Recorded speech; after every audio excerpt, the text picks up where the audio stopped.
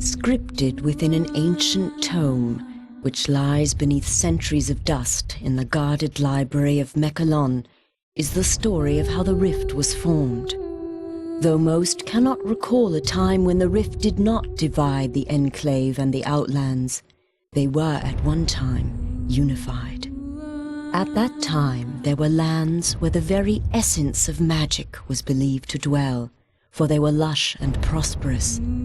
All who did not hold the secrets of the soil, which were protected by the Pact of Jifuro, coveted these lands fiercely. The great demon Vatar was among these envious creatures, for he believed that with the magic of these lands in his grasp, he would surely become invincible. And so, he led his army to attack the dwellers of the land and lay claim to it for himself. The battle raged on and on, until at last the mighty wizard Zale stood alone against Vatar to protect the lands. When all hope seemed lost and Vatar's victory imminent, Zale struck the final fatal blow. With a roar of anger and anguish, the wizard slammed his staff into the ground. The world trembled and then parted beneath Vatar's feet. A scream of outrage erupted from the demon's throat as he fell to his defeat. However, victory did not come without a price. The chasm that grew from this powerful blast of magic was too vast to be traversed, and the people were separated as much as the lands.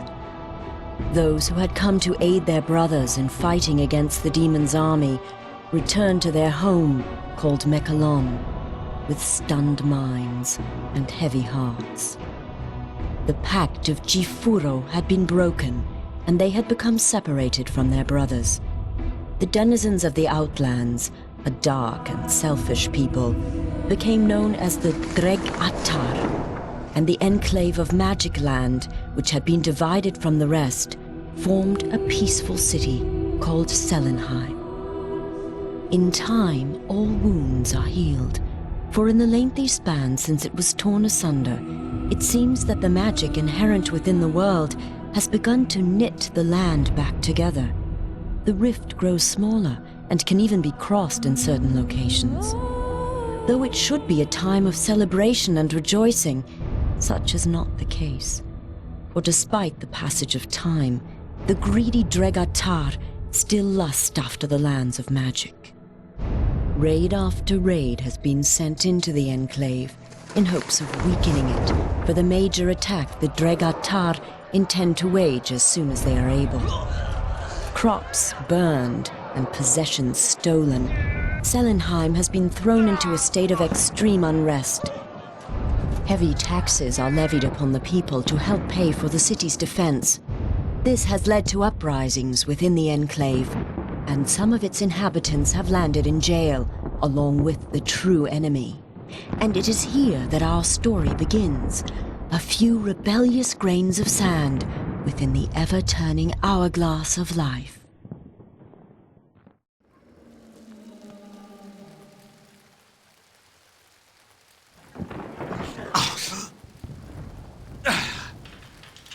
So, they imprison their own too, I see.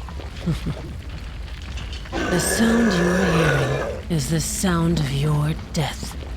The rolling thunder of my fellow Outlanders. The sound of the Dregatar slaughtering your kind and scaling the walls of this puny fortress. They are coming to set me free. And if they don't get to you first, I will personally rip you apart with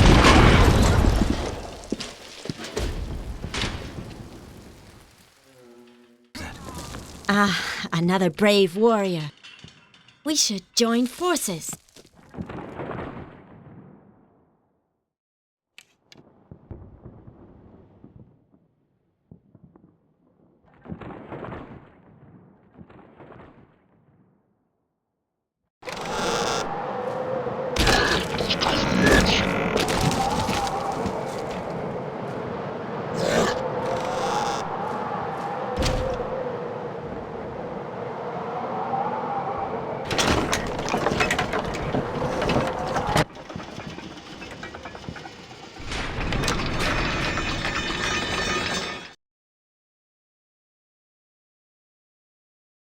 You have done us a great service. Helping in staving off these vile invaders despite your imprisonment is bold, to say the least. Isn't this the same one that we had arrested earlier? You expect us to believe that these people are loyal to us when they won't even pay the taxes that they owe? Be gone.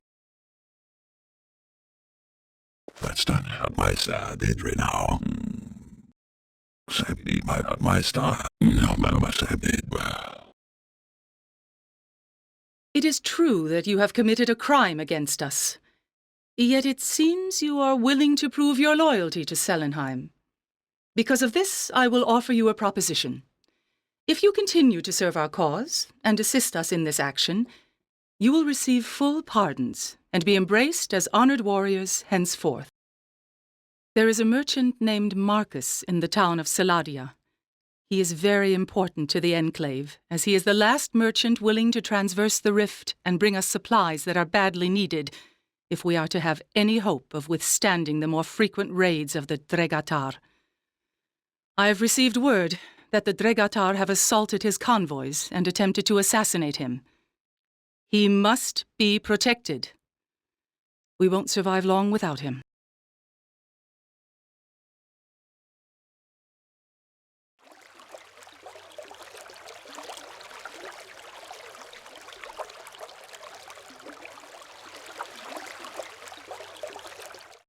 Thanks for your help, but the goods they looted from my caravan are missing.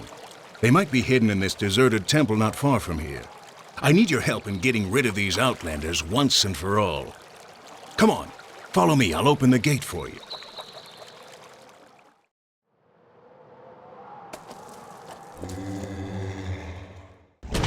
Help!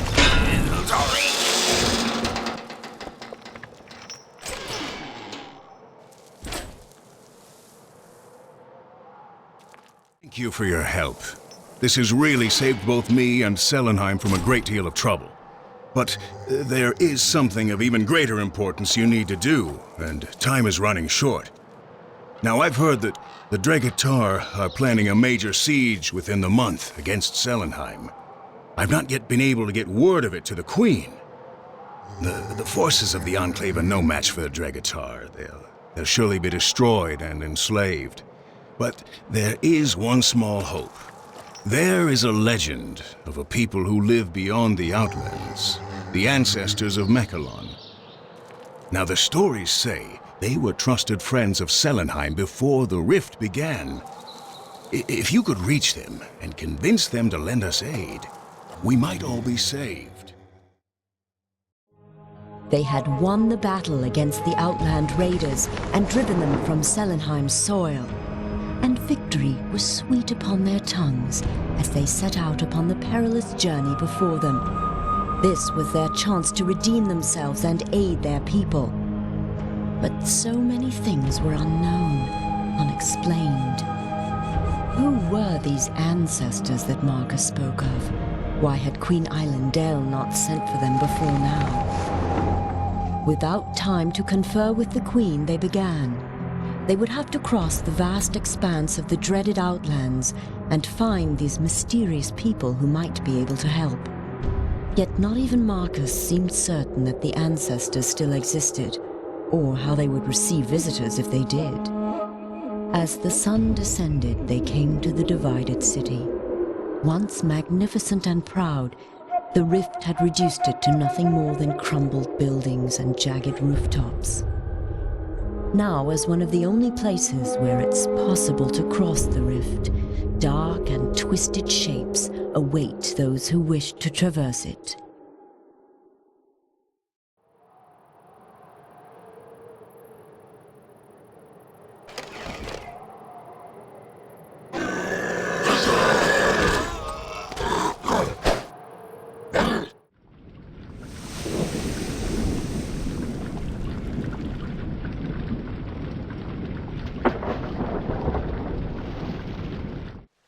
Marcus sent you? That sniveling little weasel? I'm the only one who has made it to that side and back, you know.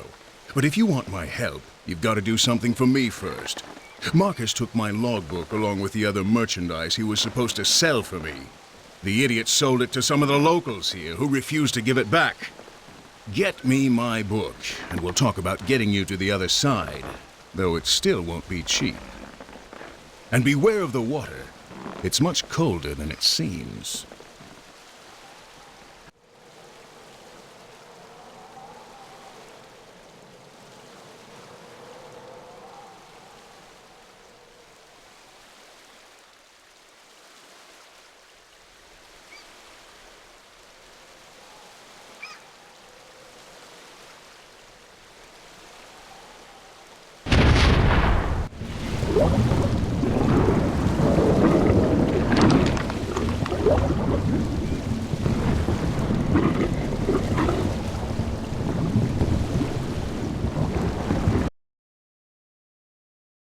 It still beats me why anyone would want to go to that forsaken place of Mechalon. I even heard rumors that the Outlanders are waging some war there even now. But that's your problem, not mine. We still set sail at dawn.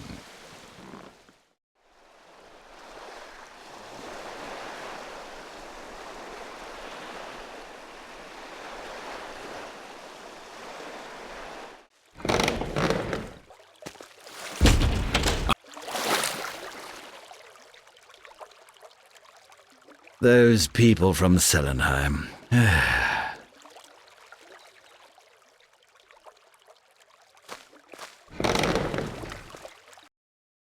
Ah, impressive. I've been watching your every move on your little journey.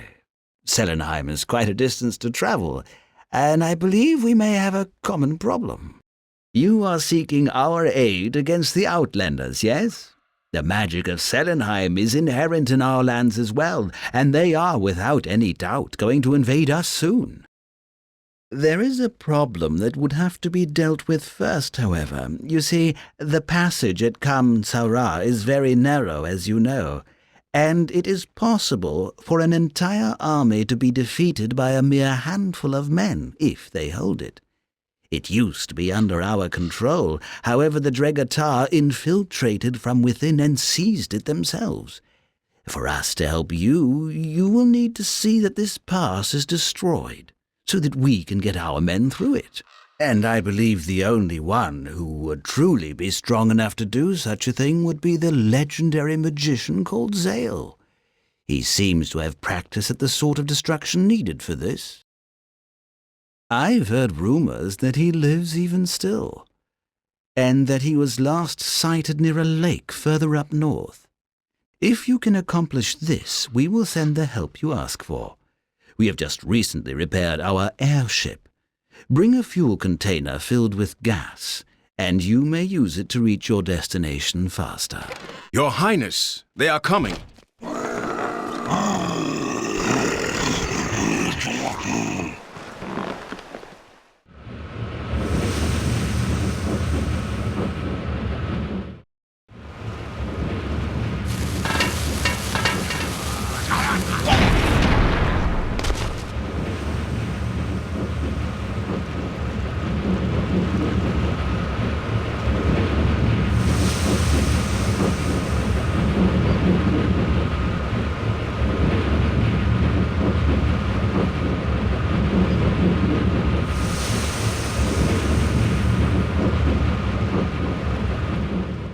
Ancestors acclaim them as heroes after showing such valor and bravery in the defense against the Outland invasion. Something seemed oddly amiss. The ancestors had been estranged from their brothers in Selenheim longer than anyone could remember, yet very little negotiation was needed for them to accept the perilous request to send aid against the hordes of Dregatar. The eager offer to assist their downtrodden brothers came at only one request: destroy the fortress of Kamsara. The Pact of Jifuro forbids such destruction, but the ancestors explained that it was their only hope of reaching the battle in time. For the pass of Kamsara, held tightly by the enemy, was the only obstacle in the fastest route to Selenheim. Being a narrow path, Kamsara was easily defended. It allowed very few men to keep an entire army at bay if need be, and it would be far too difficult if it were not destroyed. Desperate times called for desperate measures. the legendary High Wizard Zale was their last hope. Known as the Scourge of Vatar, the Bane of Zurana, the man who severed the world, Zale must be found. If he still lived, and they were able to find him, would he help them? And what cost would the world pay this time for its salvation from evil?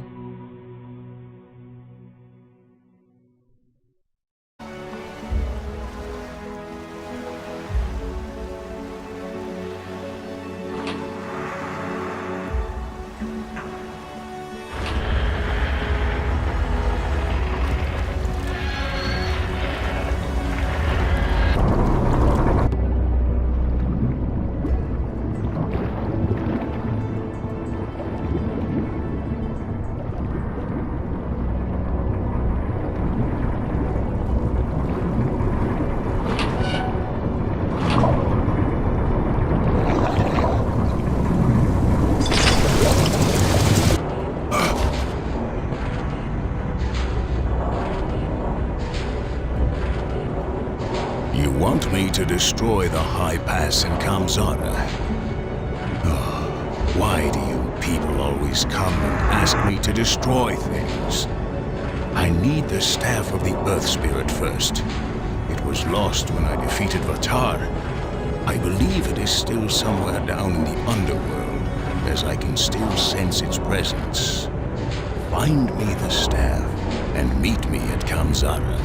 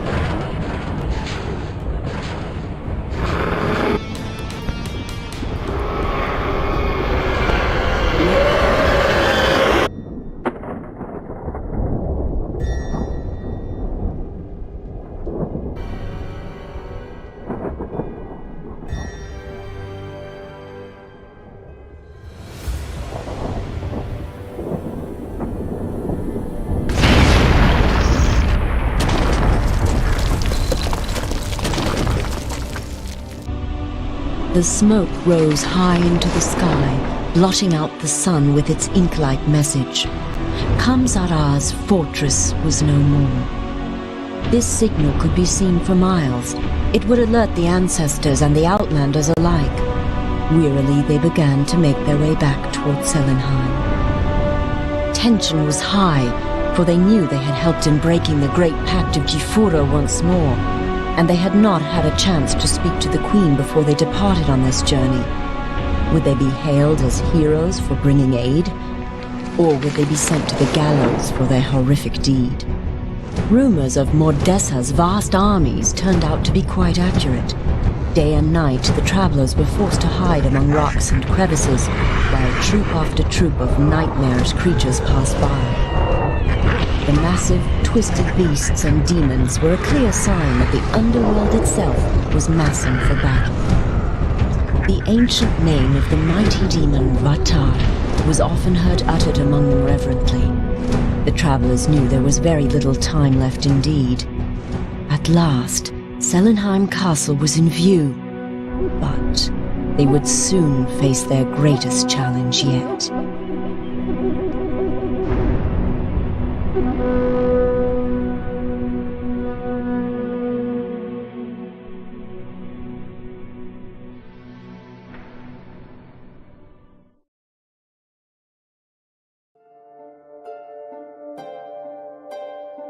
So you are Zale. I thought you were dead long since. I am thrilled you people fell for it. Not that I had any choice. I was trapped. Your Majesty, the aid you asked the ancestors for is on the way. What aid? I did not send for the ancestors' aid. They despise us. Majesty, but they agreed to come, and they ordered your warriors to destroy the Kamzara Pass, to allow them a way to bring their troops. So they also have broken the Pact of Jifuro. Perhaps they have come to their senses and seek peace with you now. Your Majesty, your daughter has been captured by outlanders. I fear the worst. High Counselor Modessa must have taken her to the fortress in Arkmoor. You must travel there at once and prevent the summoning from taking place. There is no time to waste.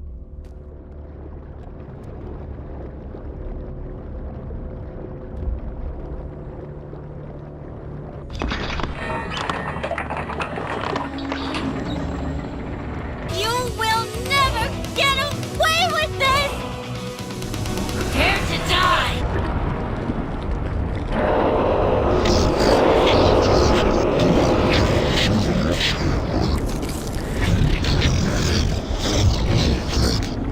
Let me go!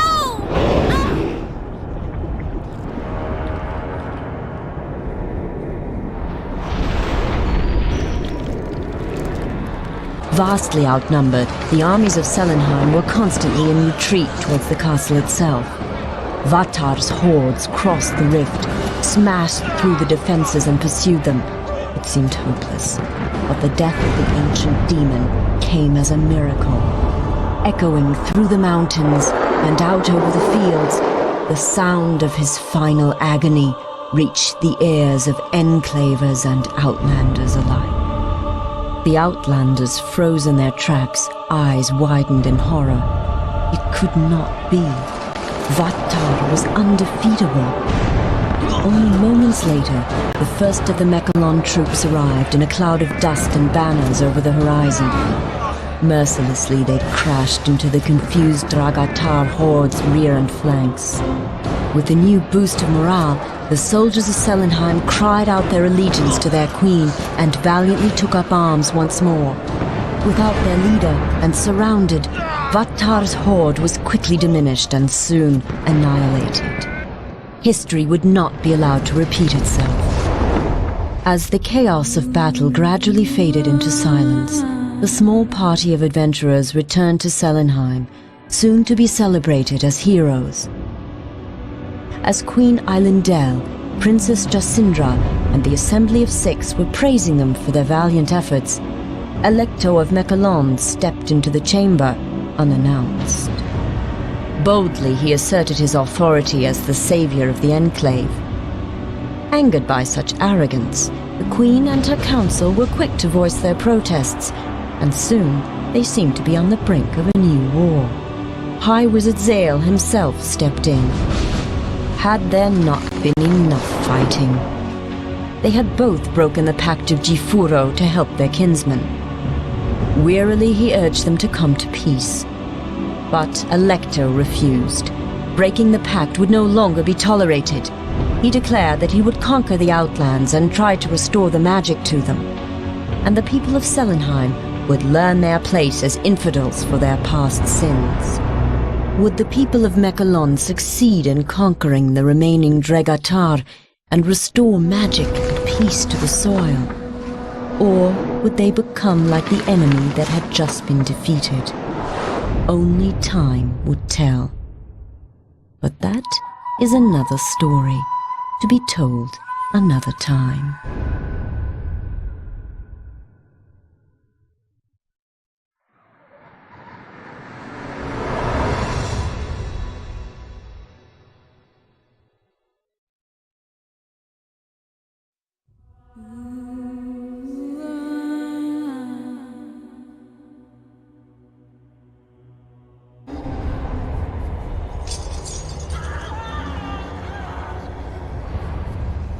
Scripted within an ancient tomb which lies hidden beneath centuries of dust in the guarded library of Mechalon, is the story of how the Rift was formed.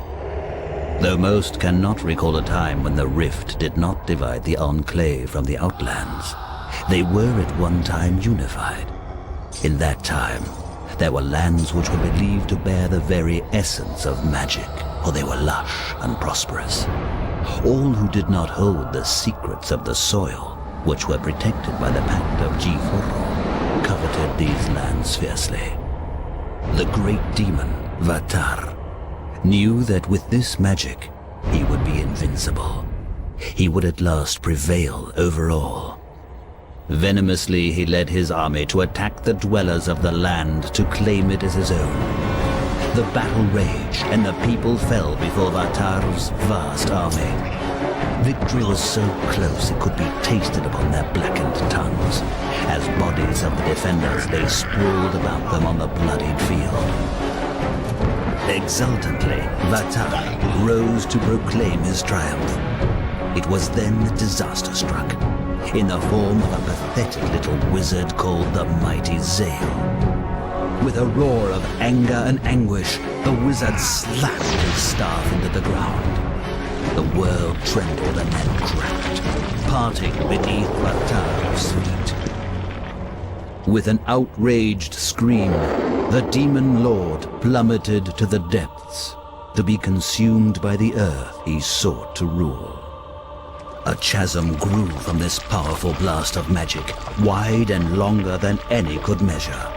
It was too vast to be traversed, thus separating the people who fought against Vatar forever. The devastation on the faces of the defenders was a small consolation to the Dregatar, as they retreated to pray for Vatar's return. It is said that time heals wounds, and perhaps it is true.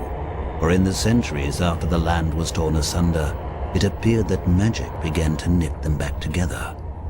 The rift has grown smaller, and can even be crossed in certain locations.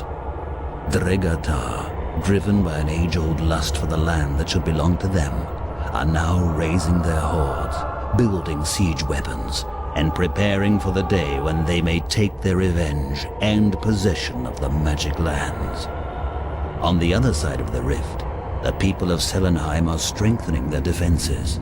They know another war will soon be waged against them. While the armies are being gathered along the border of the rift, the head counselor of Arkmor, Mordessa, is making further preparations. Volunteers are being brought to her for special tasks, and there are rumors about an ancient force about to be awakened, one that has been slumbering for hundreds of years. And it is here that our story begins. Violently shaken from their sleep, the Chosen are taken by hooded figures to an unknown fate.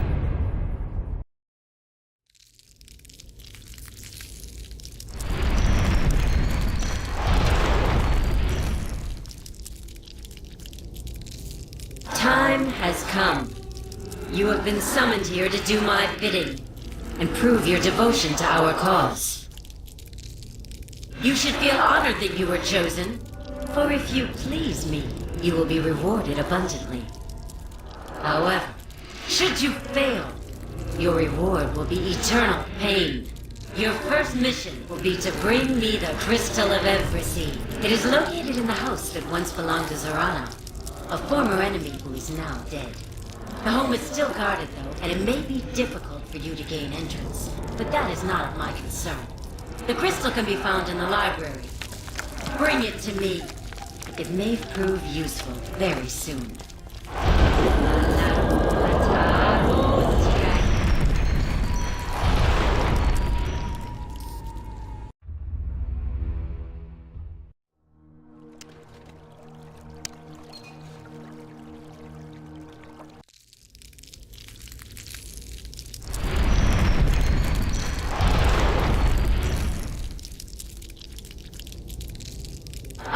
Do not tolerate failure!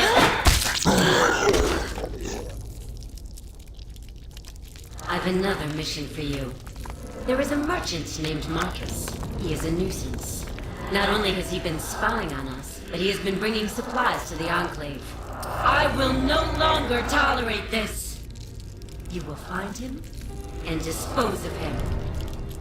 The artifact you recovered has great powers. I don't think that even Selenheim or the old wizards know of the forgotten portals throughout the realm.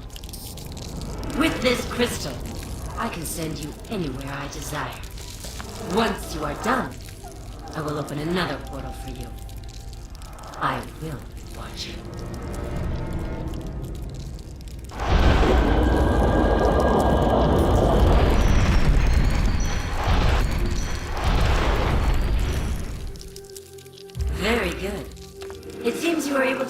accomplished the task well enough. Therefore, I will tell you of another nuisance you can help us take care of. The ancestors. The people of Mechalon have been quite a troublesome little lot. The fools think they have the capability to resist us, but they are greatly mistaken. We have them firmly in our grasp, and they pose no true threat to us. Even as we speak, they have launched a surprise attack on Arkmor. I have heard that their leader, Alecto himself, is leading the attack. Rid us of him, and they will crawl back into the little holes they came from. Malano Vatar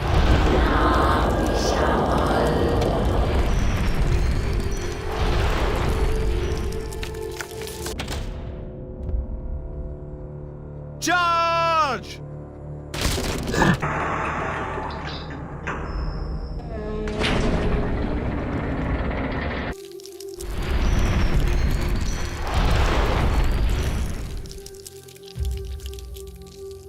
You can now call yourselves true servants of the mighty Mordessa, and soon you will serve our overlord Vatar as well.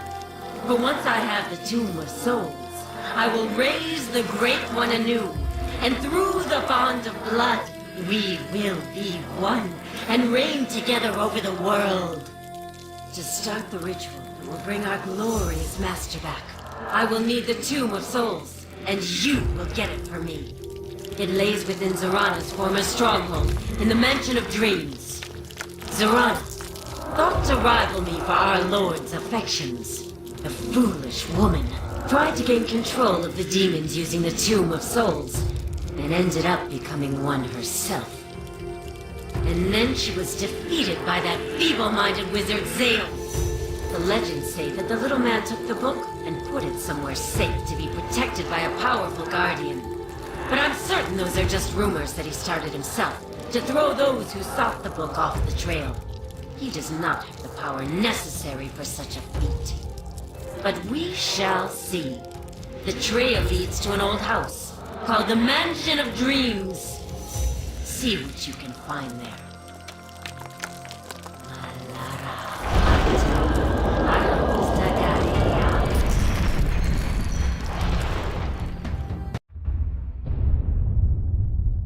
Ah, yes. Perhaps these few would prove themselves to be an asset to the High Counselor. The ambitious adventurers might serve her well as long as their leash was held firmly, of course.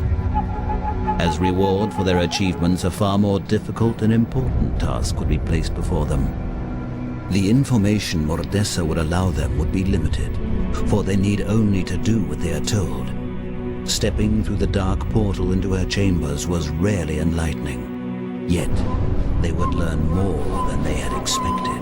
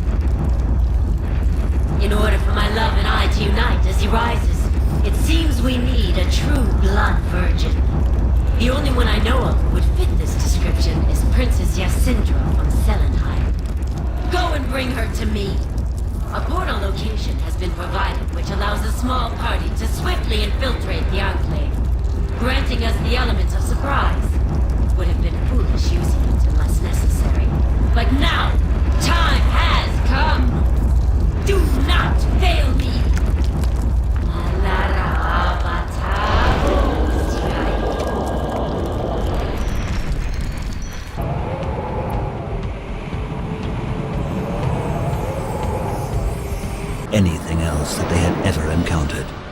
His presence was terrifying, for he was essence of power and evil incarnate.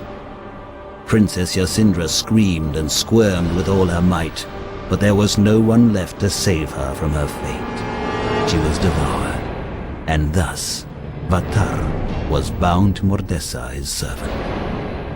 There was no doubt that he would seize upon her first mistake, break the bond, and claim the world as his own. But now he was to command Mordessa's armies, cross the rift, and crush the people of Selenheim once and for all. There would be no one to stop him this time. The servant adventurers were given yet another task of importance: to assist in destroying as many strongholds of the Enclave along the rift as possible, in preparation for the glorious invasion. As they set out to do their bidding, Mordessa studied the retreating forms. They had served her well, but now, since she had Vatar, they were expendable. Vatar's twisted form watched them as well, but for completely different reasons, hidden well beneath his visage of death.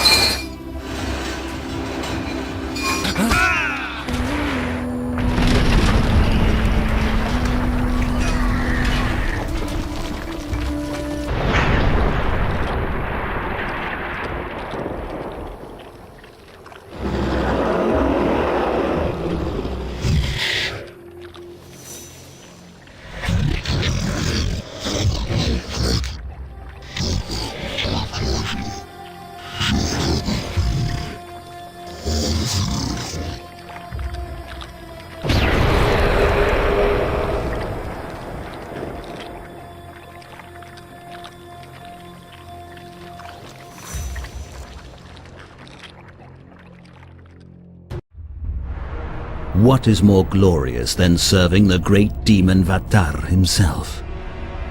Not even the mistress Mordessa could rival the offered power and prestige that would come from being chosen personally by His Eminence. Their rewards would be immeasurable if they helped free him from her trap, and the punishment, if they did not, would surely make death pale in comparison.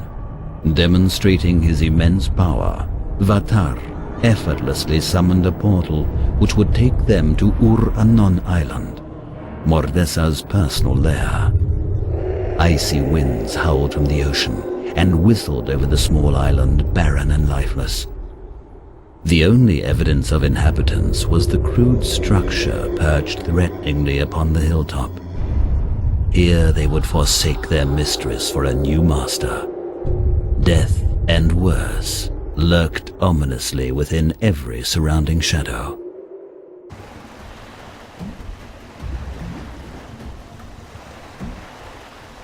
How did you find me here? Oh well, it does not matter. You have...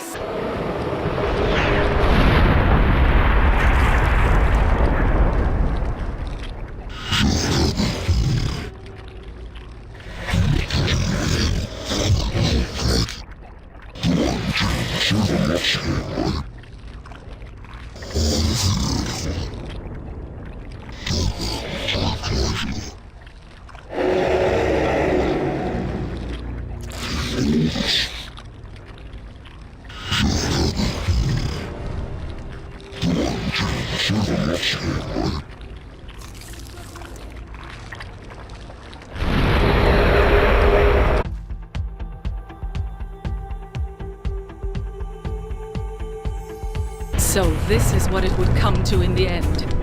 It appears that your master lacks the courage or honor to face me in person. Now finish what you came here for, but don't expect it to be easy.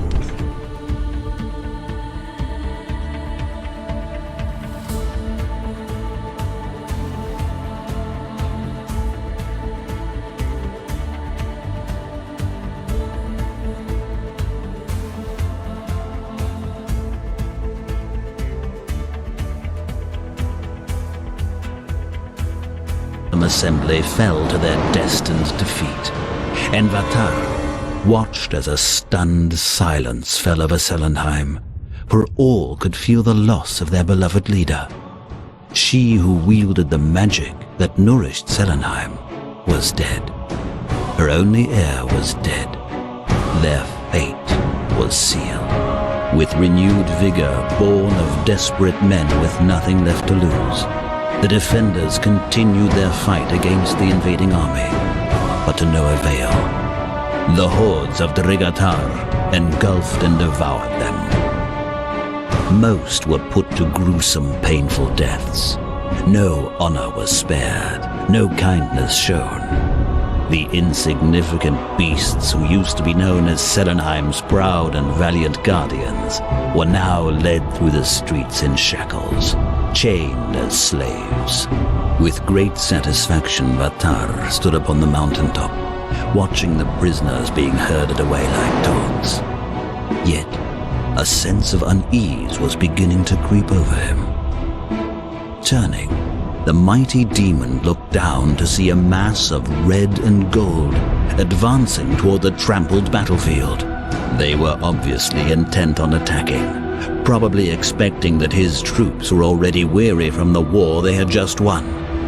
But such blatant arrogance from these mortals who thought themselves greater than he could not be tolerated.